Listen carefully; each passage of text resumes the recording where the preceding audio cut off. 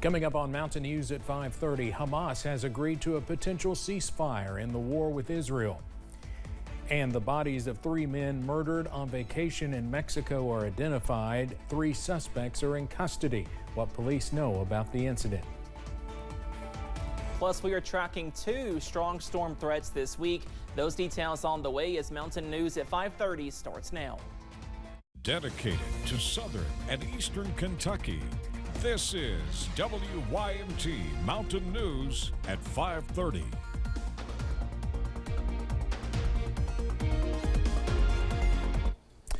Good evening, I'm Steve Hensley. Leaders in Israel are reportedly discussing whether or not to accept a ceasefire with Hamas.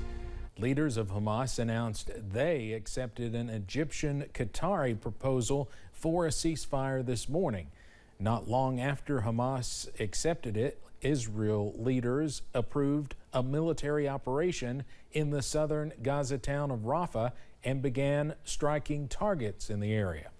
A national security spokesperson spoke on the condition of anonymity, saying President Joe Biden has spoken with Israeli Prime Minister Benjamin Netanyahu and reiterated U.S. concerns about an invasion of Rafah, telling him a ceasefire was the best way to protect the lives of Israeli hostages. There will be much more about this developing story at 6:30 on the CBS Evening News.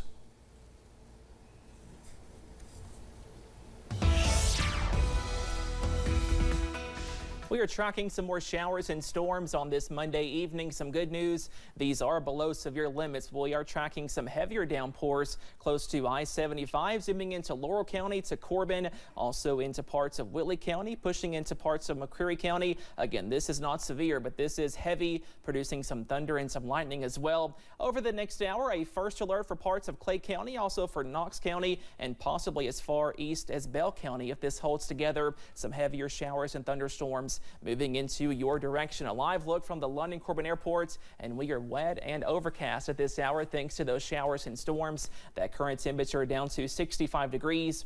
Also tracking some more heavier downpours not too far away from downtown Jackson over in Breathitt County, and same story close to US 460 from Menifee County, pushing into parts of Morgan, also into Rowan counties at this hour. Again, no severe weather in our region this evening, but we cannot say the same for our friends to the west. A level 5 out of 5 high risk of severe weather in place for parts of Oklahoma, pushing into Kansas. And this weather system will bring some possibly stormy weather in our region by tomorrow. Also on Wednesday, we do not have a high risk, but we have a level 2 slight risk of severe weather tomorrow and a level 3 enhanced risk for parts of our region on Wednesday. So we stay busy tomorrow, also on Wednesday. More details on that stormy weather pattern coming up in just a few minutes. Steve?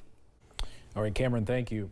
An alarming story out of Mexico about the murders of 3 surfers, an American and 2 Australians, who were found dead on Friday. Their bodies have now been identified. Police say 3 suspects are in custody. CBS's Carter Evans has the latest on the 3 men who were on vacation together. Mexican police say 30-year-old American Jack Carter Rode and Australian brothers Jake and Callum Robinson were found shot and killed Friday after going missing late last month in Baja California, Mexico. Authorities said Sunday that evidence points to 3 suspects who appear to have attacked the tourist after a carjacking attempt.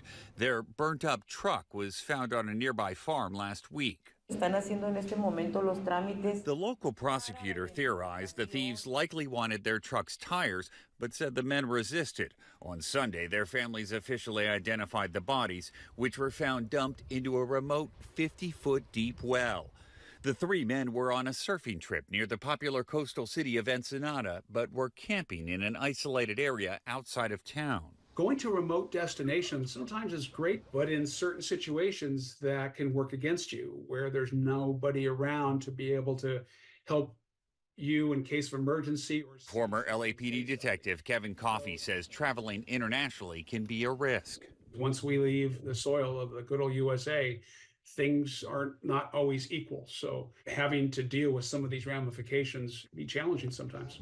Police say they're questioning 3 suspects in the case. Carter Evans, CBS News. The Democratic National Committee has requested judges throw out lawsuits related to voter rolls and mail-in ballots filed in 2 battleground states. Monday, the DNC filed briefs on behalf of the Biden re-election campaign in Michigan and Nevada.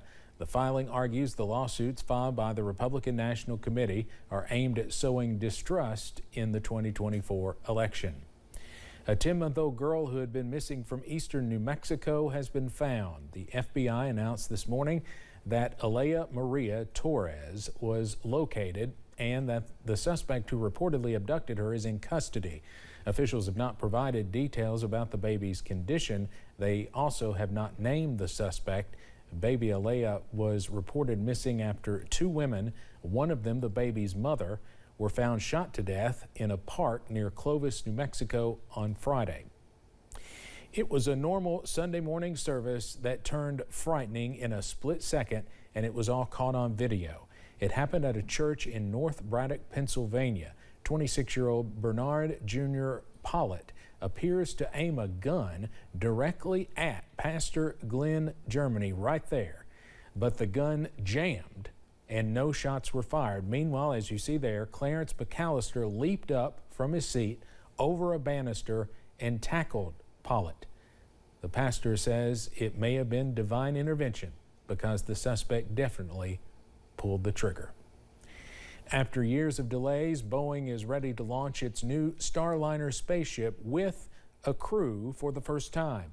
The aerospace giant is under intense scrutiny ahead of tonight's scheduled test flight to the International Space Station. CBS's Mark Strassman has more from Florida, where Boeing's reputation will be on the line. Tonight, the Atlas V rocket will lift off with its most precious payload yet, people. It's a different deal. It's the real deal. 170 feet up the launch tower at Pad 41, we met Ron Fortson, head of launch operations here. He showed us where Starliner's crew will climb into space history. That's exactly where they go to strap in. So this is the last stop before they head up to space. And liftoff. To be the ones on the pointy end, riding and leaving the planet, wow. Butch Wilmore and Sonny Williams, former Navy test pilots and 2 of NASA's most seasoned astronauts, will take Starliner on a test drive to the International Space Station. The goal, certify Starliner works the way it's supposed to, so NASA can begin annual crew flights to the space station. NASA wants redundancy and hired both Boeing and SpaceX a decade ago. Boeing is under great pressure to perform after costly and deadly setbacks in its commercial aviation business and more costly setbacks in developing Starliner to fly people. The spacecraft is more than 7 years behind schedule, stung by problems with flight software, jammed valves, and parachute safety concerns. Setbacks which have cost the company more than $1 billion. There's one priority, and it's to do this safely. Mark Nappy is Starliner's program manager. I have full confidence that people are putting the vehicle together properly to get a safe vehicle up into orbit with people on board. Mark Strassman, CBS News at the Kennedy Space Center. Coming up on Mountain News at 5:30, millions of people around the world are honoring Jews killed in the Holocaust. Plus, stormy weather will linger through midweek before a weekend cool down. All those details coming up.